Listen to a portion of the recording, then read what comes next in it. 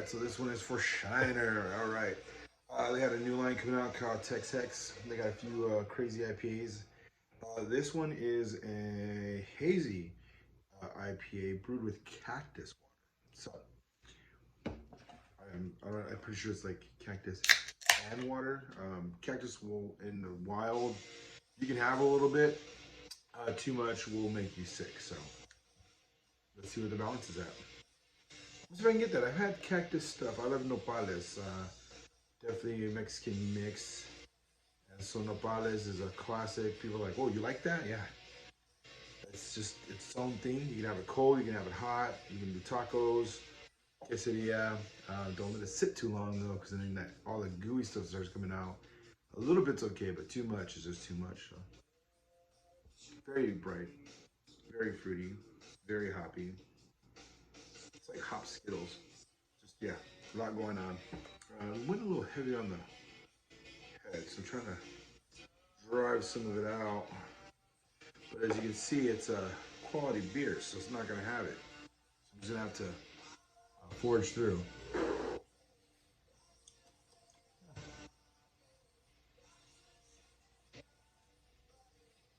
Very clean.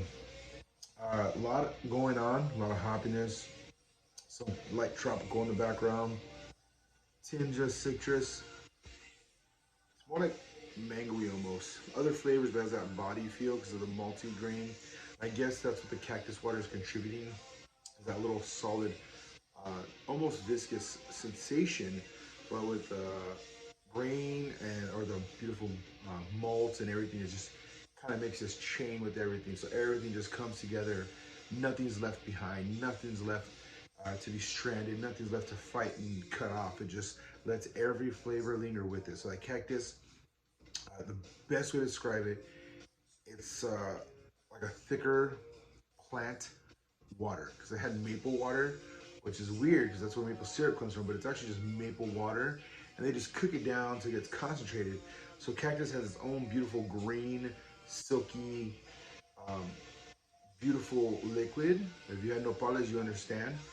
And that's where that is. But with the way it's made, you got that malty grain, the fruity citrus of the hops itself. So the hop green is kind of fighting because that one's more like a leaf. Cactus is a little wet, deep, not gritty, but it has a little grunge to it. A little, I don't know how to describe it. A little extra, which makes it feel like it's here, and the leaf feels like it's bright, like it's been in the sun, but it's hanging up high, it's catching some wind, and the cactus is like, no, I'm sticking to the ground. So it has that almost earthy, slight mineral contrast in the background.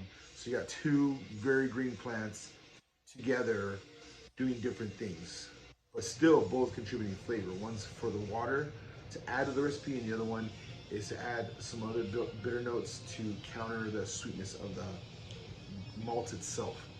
All together, very beautiful. If you didn't tell me, I'd be like, what's so different about this? I would know something was different, but I wouldn't know exactly what it is. It definitely has something different. It's still bright, vibrant, refreshing, outdoorsy, warm weather beer. Shiner just focused on that. Yeah, they came, from Germany. So like the family, when they came here, like, oh, we want good, strong, flavorful beer, but it's hot outside. You can't just have heavy beers outside. There's just a rule of general understanding when you do beer. So hopefully that's enough, but not too much information. We understand where it's going. It's like, oh, it's crap. No. If you go in the mountains and you have this, it's probably not a good combo. It tastes good, but you're going to be freezing your butt off.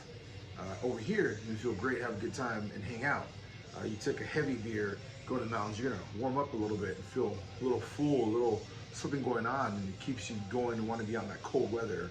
You do that over here, you're gonna feel like you're gonna pass out, or you're gonna get a spike of energy and you'll be the first one to sleep. So those are very minor rules. There's more to it. There's a lot of science. That's just your general coverage. So if you don't know, now you know. So hopefully this helps you out. You want this bad boy, Texan.